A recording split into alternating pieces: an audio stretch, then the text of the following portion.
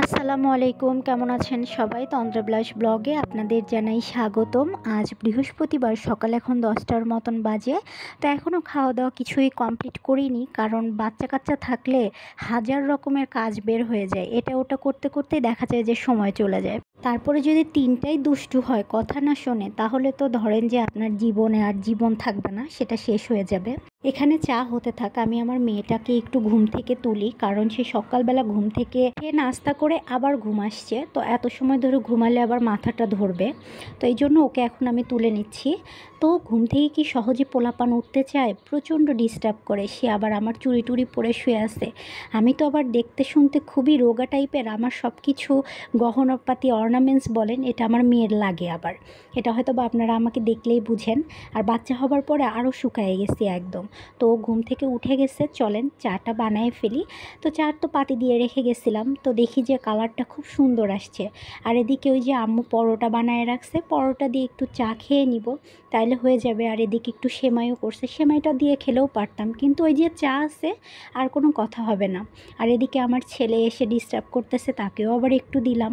নাস্তাপাতি করে বাবুকে ঘুম পাড়ায় দিয়ে চলে আসছি রান্না করতে, যত তাড়াতাড়ি রান্নাটা কমপ্লিট করা যায়। এদিকে আম্মু তো বারবার বলছে তুই গিয়ে একটু ঘুমা, তোর বাবু ঘুম আসছে, তাইলে তুই এখন একটু রেস্ট নে। বললাম যে না, দুপুরবেলা আমার একদমই ঘুমের অভ্যাস নেই, তো ঘুম আসছে, আমি তোমার সাথে তাড়াতাড়ি একটু হেল্প করে দিই, তাইলে রান্নাটা হয়ে যাবে।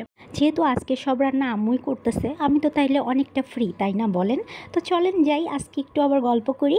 আম্মু রান্না করতে থাক আর আপনারা একটু দেখতে থাকেন। জানেন তো, আস্তে ধীরে বয়সটা কিন্তু কম হলো না, তারপরেও না ঘর সংসার দায়বদ্ধতা এরকম আরও অনেক অনেক দামি দামি বিষয়গুলো বোঝার মতো যথেষ্ট পরিপক্কতা আমার এখনও হয় না।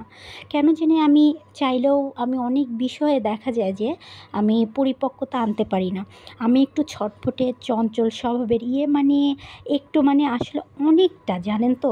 সে তুলনায় আমার জীবনসঙ্গী বরাবরই অত্যন্ত ধীর স্থির শান্ত মাথার ভালো মানুষ। ওর কাছ থেকে অনেক কিছু শিখেছি এ জীবনে, আরও না জানি কত কিছু শেখার বাকি। আল্লাহ চাইলে অনেক কিছুই শেখা যাবে।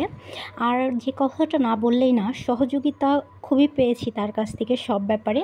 আমার কাছে সংসারটাকে বরাবরই ইনভেস্টমেন্টের জায়গা বলে মনে হয়। টাকা পয়সা তো আছেই, এর বাহিরে সততা, শ্রম, ত্যাগ, সময়, আবেগ সব কিছুই ইনভেস্টমেন্ট। মেপে মেপে ব্যাপারটা হয় না, ওই যেমন তুমি 50% স্যাক্রিফাইস করবা, আমি 50 করব, বরং সবসময় এটা ইমব্যালেন্সড। কখনো কখনো 60%, 40%, কখনো হয়তো 90, কখনো হয়তো 10। এদিকে ডালটাও সিদ্ধ হয়ে গেছে, ভেন্ডিটারও একটু পানিটা টেনে আসছে, আর একটু সময় হবে। এদিকে আম্মু ডালটাকে প্রসেস করে ফেলুক। তো যেটা বলছিলাম আপনাদের সাথে, সংসারের খেলাটাই হলো ব্যালান্সে আসার মাইন্ডসেট রাখা, দায়িত্ব থেকে ভেগে না যাওয়া, যার যার ভূমিকা নিয়ে লড়াই না করা। আরেকটা জিনিস বিশ্বাস করি, তা হলো প্রত্যেক সংসারে একটা নিজস্ব সিলেবাস থাকা উচিত, যেটাতে সেই সংসারের সুখের সংজ্ঞাটা লেখা থাকবে। অন্যের সুখ যেন এই সুখটাকে ফিকে না করে দেয়। এই তুলনা করার অভ্যাসটা বিষের চেয়েও বেশি খারাপ। আমরা যখনই তুলনা করে ফেলি, তখনই দেখা যায় কোনো না কোনো সমস্যা আমাদের লাইফে চলে আসে। কি আর বলবো, রান্নাবাড়ি করে যে একটু রেস্ট নিব, সেটার আর উপায় নেই। ছেলেটা উঠে গেছে, এখন বাজে 1:40 মতো। ওকে এখন কে উঠতে বললো রে বাবা? ও আসলে কোনোভাবেই আমাকে একটু শান্তি দিবে না। তো যেটা বলছিলাম, পিকচার পারফেক্ট পরিবার পিকচারেই সম্ভব, বাস্তবে সেরকম কিছু আছে বলে আমি অন্তত বিশ্বাস করি না। সংসার এমন একটা জায়গা, খুব যত্ন করে, যেখানে একজন অন্যজনের অপারগতাকে ঢেকে রাখতে হয়। এটা কোনো কাঠগড়ায় তোলা না, এটা এমন একটা জায়গা যেখানে একসাথে সবাই মিলে টিকে থাকার চেষ্টা করতে হয়। ওদিকে ভেন্ডি তরকারিটা হয়ে গেছে বলে এখন আমি ভাতের চাল ধুয়ে তুলে দিব। আর এদিকে ডালটাও হয়ে গেছে, আম্মু এখন এটাকে আর কি ফোড়ন দিয়ে নামায়ে ফেলবে। তো আম্মু তো আম্মুর কাজ করছে, আমি এখন আমার কাজ করি, আপনাদের সাথে কাজ তো গল্প করা। তো এই মানসিকতাটার সাথে যদি একে অন্যের প্রতি শ্রদ্ধাবোধ এবং সহযোগিতাটুকুও বাঁচিয়ে রাখা যায়, হয়তো অনেক দিন ভালোভাবে টিকে থাকাটা কিছুটা হলেও সহজ। প্রতিদিন কোনো না কোনো সময় আমরা নতুন কিছু শিখছি, ভুল করছি, শুধরে নিচ্ছি, স্বপ্ন দেখছি, জীবনের পরীক্ষাগুলোর সাথে লড়ছি। কেয়ার করা, এভাবেই আমাদের নিজেদেরকে টিকিয়ে রাখতে হবে সংসারে। শুধু সংসারে না, প্রত্যেকটা জায়গাতেই আমাদেরকে টিকে থাকার লড়াই করেই টিকে থাকতে হয়। তো তো সবাই সবার জন্য না বেশি বেশি দোয়া করতে হবে আল্লাহর কাছে, এবং আল্লাহ ছাড়া তো আসলে আমাদের কোনো উপায় নেই, চাওয়ার জায়গাও নেই। আমরা যতই যার কাছে যেটা চাই বা না চাই, আল্লাহ না চাইলে তো আসলে কোনো কিছুই হওয়া সম্ভব না। শেষ কথাটা এটাই, বিয়ে মানে শেষ নয়, আবার সব সম্পর্ক টিকে রাখার দায় ভারও একপাক্ষিক নয়। সম্পর্ক বাঁচাতে চাইলে দরকার পারস্পরিক সম্মান, খোলা মনের আলোচনা এবং একে অপরকে সময় দেওয়া। ভালোবাসা যত্ন চায়, ভালোবাসা নামটুকু নয়। সহযোগিতা ছাড়া সম্পর্ক খোলস ছাড়া শরীরের মতো হয় আর কি। ওদিকে আম্মু ডাল রান্নাটা কমপ্লিট হয়ে গেছে। তো আম্মু বলতেছে ডালের মধ্যে আম দিলাম না, তাইলে একটু আমের খাটা রান্না করে ফেলি। আমরা পাবনার ভাষায় খাটাই বলি আর কি। তো আম্মু এদিকে একটু চিনি দিল, লবণ দিল, আর হলুদ দিল, দিয়ে এটাকে বেশ কিছুক্ষণ ভালো মতো ফুটাবে। দেখছেন কি সুন্দর কালারটা আসছে। এখন অবশ্য বাগার বা ফোড়ন যেটাকে বলে ওইটা দেওয়া হয়নি। তো এখন আবার আম্মু এখানে বেশ কয়েকটা শুকনো মরিচ আর সরিষার তেল রসুন দিয়ে দিল। আর এটার মধ্যে এখন মেবি একটু ওই যে সরিষা আছে না, সরিষাটা দিয়ে দিবে। তো আম্মু বলতেছে একটু না, আর আমি একটু আমটাকে একটু ভালো করে ঘাটা দিয়ে নিই। তো আমি এই যে এদিকে নাড়ানাড়ি করতেছি, আর আম্মু এদিকে আমটাকে প্রসেস করতেছে। আর আম্মুকে বললাম আম্মু পুড়ে যাচ্ছে, তাইলে এখন কি হবে? তো আম্মু যে সরিষাটাও দিয়ে দিল, আপনারা তো দেখতেই পাচ্ছেন। তো আম্মুকে বলছি তুমি তোমার এই ডান্ডিটা সরাও, ডান্ডিটার জন্য আমার ভিডিও ঠিকঠাক মতো আসতেছে না। তো আম্মু আবার ডান্ডি দিয়েও ডান্ডি সরাইয়ে ফেলছে। আর এদিকে তো খাটাটা খাইতে অসম্ভব রকমের টেস্ট হয়েছে। আর এটা বিশেষ করে আমার রুটি দিয়ে খাইতে খুব ভালো লাগে। আর ওই যে সব কিছু কমপ্লিট, এখন একটু মুরগির মাংস করে নিচ্ছে বাবুদের জন্য। বাবুরা যদিও খাইতে চাচ্ছে না খাবার দাবার, তারপরেও মুরগিটা করা যাতে খাওয়া নিয়ে না জ্বালায়। আর এদিকে আমি ওই যে ভাত তুলে দিছিলাম, ওই ভাতটাও হয়ে গেছে, দেখতেছি যে পানি আছে কিনা। কারণ আমি তো সচরাচর এত ভাত রান্না করি না, অল্পই করি, আপনারা তো দেখেনি। তো এই জন্য একটু চামচ দিয়ে নিচে দেখে নিতে হচ্ছে যে পানি আছে কিনা। আর এদিকে আমার ছেলেটা উঠেই সে খাওয়া শুরু করছে খাটার। এটা পরোটা দিয়ে খাচ্ছে।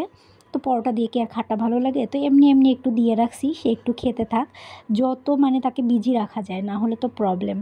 আর এদিকে আম্মু মুরগির মাংসটা খুব সুন্দর করে ধুয়ে টুয়ে ওই যে তেল দিয়ে একটু ভেজে নিচ্ছে, না হলে একটা স্মেল লাগে, খেতেও খুব একটা ভালো লাগে না। আর একটু নতুনত্ব রান্নার মধ্যে না থাকলে না কেমন জানি খুবই খারাপ লাগে। সবসময়ই একঘেয়েমি খাবার দাবার ভালো লাগে না। তো আম্মু দেখি যে ইদানিং এইটা খুব ভেজে রান্না করতেছে, তো আমিও চেষ্টা করি এরকম করে ভেজে করার।